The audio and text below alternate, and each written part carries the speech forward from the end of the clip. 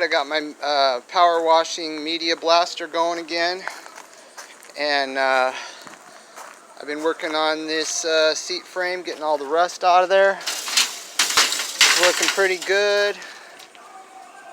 Maybe a little bit more work, but I decided against doing the electrolysis tank. It's just going to be too complicated, too expensive, and yeah. Alright, I picked up a little bit more, 3 more bags of pool filter sand for media blasting, and those bags come in from Home Depot wet, so you have to lay them out in the sun, get them dried before you can use it. I got another seat spring done, so it's looking real nice and clean, all the rust off there. I got 3 more to go. We'll see how much we can get done today. Alright, I still got that one spring to do. You know, I went through a lot of frustration today trying to get this pressure washer sandblaster thing to work. The hose keeps getting clogged up, this red hose with sand, and then you dry that out, and then you know, you keep trying it, it just keeps wasting gas and water, and then it works for a little bit, and then it gets clogged up again. So I think what I'm going to do, and then I ran out of gas, and then by the time, you see, you got all these little springs in here, and it's just, on these big ones, it's going to take too much sand, too much gas, and too much time to get those all clean. So I'm going to go back to my original idea of building that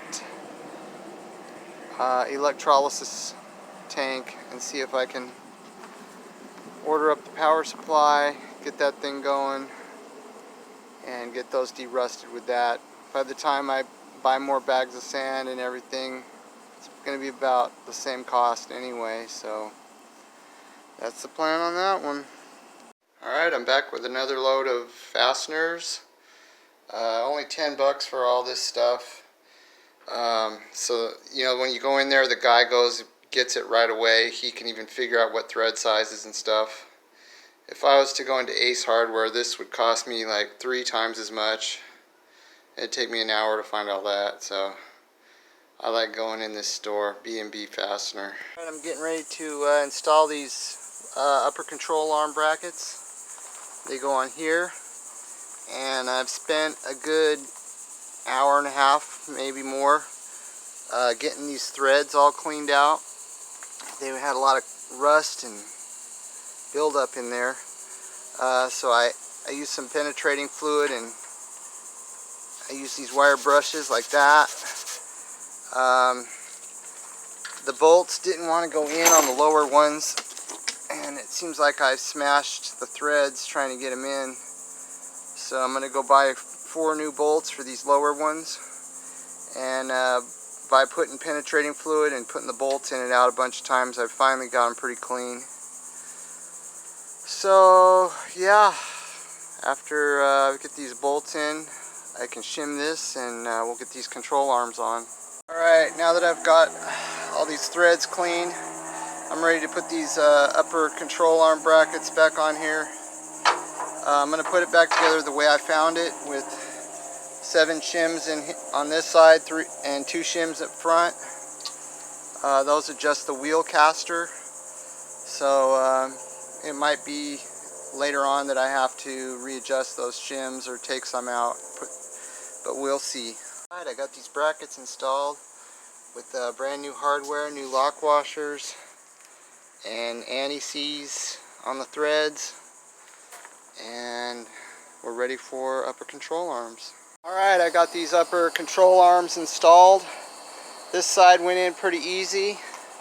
Over here, I really wrestled with this one for a while. I ended up having to loosen up the bracket over here and using a rubber mallet, getting it pounded in, but it took me about half an hour to an hour. But I got everything in there with new lock washers and nylock nuts and washers. So these are all good to go with new ball joints, new bushings, And I'm going to start with something else now. Alright, I've been trying to mount up that steering box, and there's a gap there, so apparently I'm missing this wedge shim that's supposed to go in there. I didn't have it anything like that when I took it apart. I kept all the parts together, so I'm not sure what was there before, but I'm going to have to locate some kind of shim for that.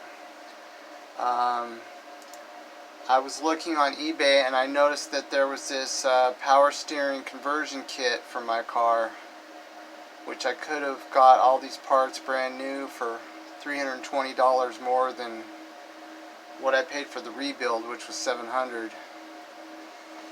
So I'm feeling a little bit of regret, kind of wishing I had power steering, thinking about it, wondering if I should just try to sell that manual steering and upgrade to this or what, but I'm not sure yet.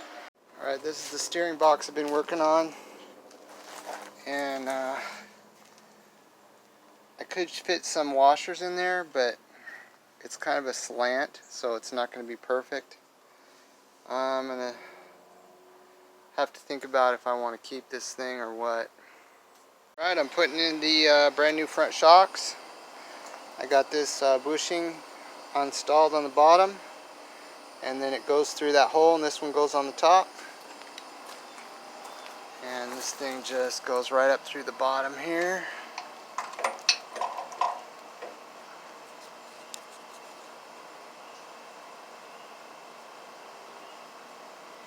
Alright, I'm just finishing this up.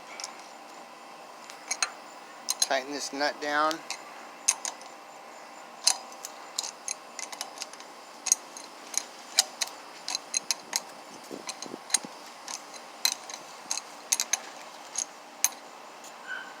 Alright, I got this thing pretty tight. I'm not sure exactly how tight to compress this. I'm going to go do a little bit of research and figure that out. Okay, according to the internet, this bushing here isn't supposed to bulge out past this steel washer, so this is way too tight. Got to loosen that up. Alright, I think that looks pretty good. Alright, second one, I'm using anti-seize on all these threads to prevent that rust. Alright, I got both these shocks put on now and tightened down, and I'm going to call it a day.